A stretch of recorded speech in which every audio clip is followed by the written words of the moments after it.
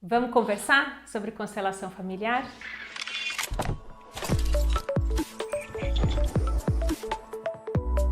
Tudo bem? Recebi uma pergunta e a gente vai continuar com as perguntas e respostas, porque eu acho que tem temas muito interessantes nessas perguntas. Na verdade, a gente pode abrir para temas muito interessantes nessas perguntas, essa é a minha intenção. Então, pode continuar mandando suas perguntas aqui no comentário do vídeo. Às vezes eu trago as perguntas também que eu recebo no Instagram. Se você não me segue no Instagram, aproveita e segue, olhando o áudio. Se você não me segue no Instagram, aproveita que você está aqui já, a gente vai deixar aqui o arroba para você seguir, @JulianaSlicker, porque lá eu sempre coloco caixinhas de perguntas, respondo a maioria delas lá, mas quando o tema requer mais explicações, eu prefiro vir gravar um vídeo aqui, tá bom? Então vamos lá, recebi essa pergunta e quero compartilhar com vocês para a gente realmente conversar sobre esse tema. A pergunta é: como que eu posso ajudar uma amiga que já sofreu com vários fins de relacionamento e hoje sofre muito? Então, o tema do nosso vídeo é sobre relacionamento, mas acho que mais do que a gente simplesmente colocar esse rótulo, relacionamento, ponto, acabou, vou falar o olhar da constelação para o relacionamento, quero falar sobre isso, assim, vários fins de relacionamento e sofrer com isso. Claro que ninguém inicia um relacionamento pensando que ele vai acabar. Bom, para mim é claro, né? Já tô partindo de uma premissa, mas para mim, se você inicia algo, se você se apaixona por alguém, se você começa a buscar de alguma forma se relacionar e trocar com outra pessoa, você imagina que você dá, a pessoa te dá de volta, né? Dá carinho, atenção, amor, e você vai construindo algo a partir dali. Isso é um relacionamento. É uma troca. Quando alguma coisa não dá certo aí no meio, esse relacionamento acaba e a gente pode sofrer com esse término, que é totalmente normal, porque a gente não iniciou pensando que ele iria acabar, certo? Me avisem se vocês estão me acompanhando, se faz sentido para vocês. Vai colocando aqui embaixo para mim, tá? Então vamos lá. Quando algo termina, é natural eu sofrer, porque eu não queria que tivesse terminado. Quando eu comecei com uma expectativa de crescimento. Bert Hellinger falava muito sobre os relacionamentos terem um leve desequilíbrio de troca positivo, no sentido em que eu amo, eu dou um pouquinho mais do que eu recebo, e o outro recebe esse um pouquinho mais, fala, puxa, mas eu amo, eu quero dar também, eu quero retribuir e dar um pouquinho a mais. E aí esse relacionamento vai crescendo. Isso é o que existe por trás, a gente sempre traz essas explicações da constelação, mas isso está acontecendo no nosso inconsciente, não é que a gente começa a medir lá quanto que eu recebi, então vou dar um pouquinho a mais. A gente não faz isso. Inconscientemente a gente quer dar um pouquinho a mais, a gente quer agradar um pouquinho a mais e tudo. Os desequilíbrios acontecem quando a gente se coloca num lugar muito superior e a gente quer dar muito mais. E eu também já tô falando que tem por trás, né? Quando eu quero dar muito mais, isso já denota alguma coisa errada aqui, não é errada a palavra, porque não tem certo e errado, mas é alguma coisa que eu preciso ver. Por que eu tenho que sentir que eu estou dando muito mais nesse relacionamento do que eu estou recebendo? Por que eu fico com medo de perder a pessoa se eu sinto que eu estou dando menos? Aí tem um olhar de eu não me sinto bom o suficiente, eu acho que eu não sou bom o suficiente para essa pessoa, então eu tenho que compensar de alguma forma e dar mais. No fundo, o inconsciente nos fala algo diferente, né? Que é o que a constelação fala. Quando eu dou mais é porque eu me coloco numa posição de eu ser superior àquela pessoa. Eu ser superior, às vezes eu me coloco como mãe. Eu tô falando aqui porque eu sou mulher, né? Então eu me coloco como mãe do meu parceiro, porque eu falo, bom, então eu vou cuidar de você, eu vou fazer tudo para você, eu estou dando muito mais. Isso é um super desequilíbrio. O outro fala, peraí, tem duas opções, né, que ele pode escolher. Eu já tenho uma mãe, não quero uma mãe, então tchau, não quero ficar com você. Ou ele pode falar, que bom, estou substituindo a minha mãe por você e continuo aqui no meu lugar de filho. E aí esse relacionamento acaba também sendo disfuncional lá na frente, porque é como se você tivesse um filho para criar e não um relacionamento, não um marido, não um namorado. Eu estou explicando e trazendo vários temas dentro desse tema porque o mais importante que essa pergunta me remete é que existe responsabilidade das duas partes. A gente não pode iniciar esse relacionamento querendo que dê certo, pensando que, mas eu fiz de tudo para dar certo. eu fiz e eu dei, eu equilibrei e tal, mas não deu certo, aí eu sofro. Quando eu faço isso, eu me coloco numa posição de vítima, de achar que eu não tenho como mudar o que eu tô fazendo. Quando eu me coloco numa posição de vítima, é isso, a culpa é toda do outro. Eu falo, puxa, coitadinha de mim que isso aconteceu, eu escolhi a pessoa errada.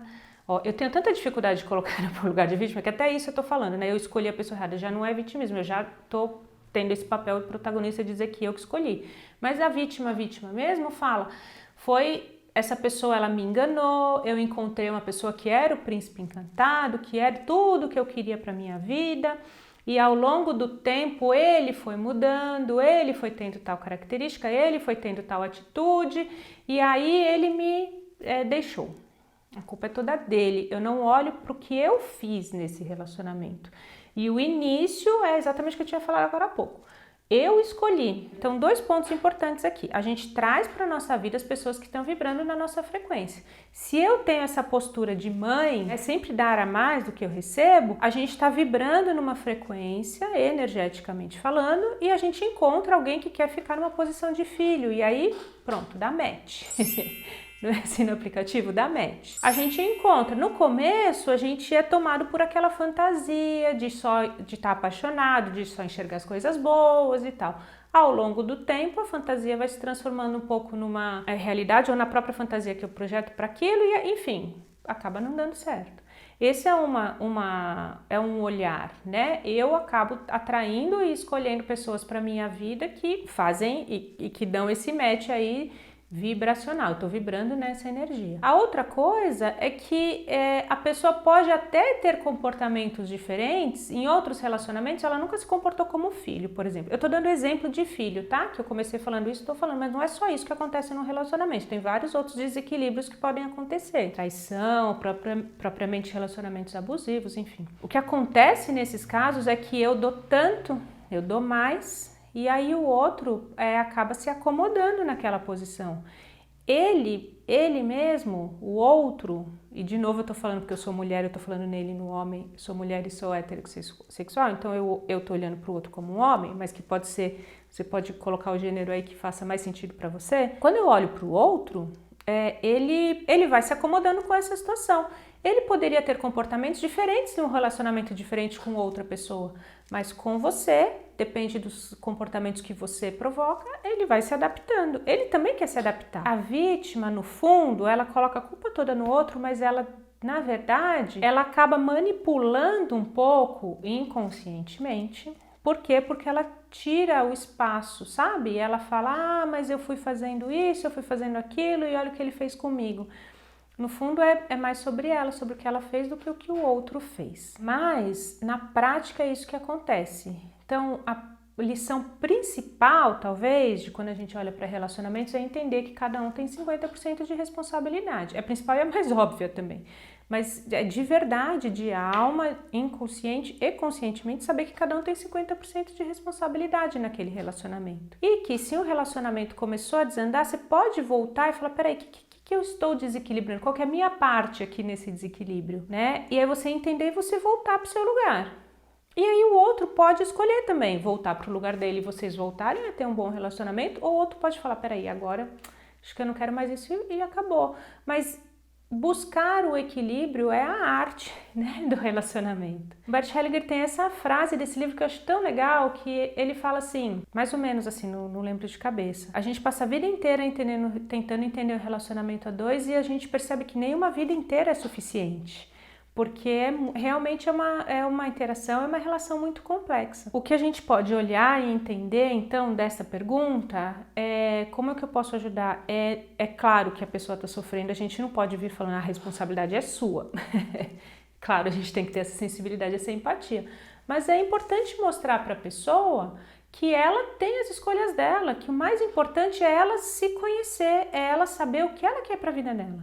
E não só o que ela quer, eu quero ter alguém. Não é isso, é assim, o que eu gosto de fazer, como que eu gosto de passar o meu tempo. Gente, isso é muito importante. Não sei se vocês têm essa resposta para vocês, assim, como vocês são quando vocês não estão com ninguém? Gosta de ficar sozinho?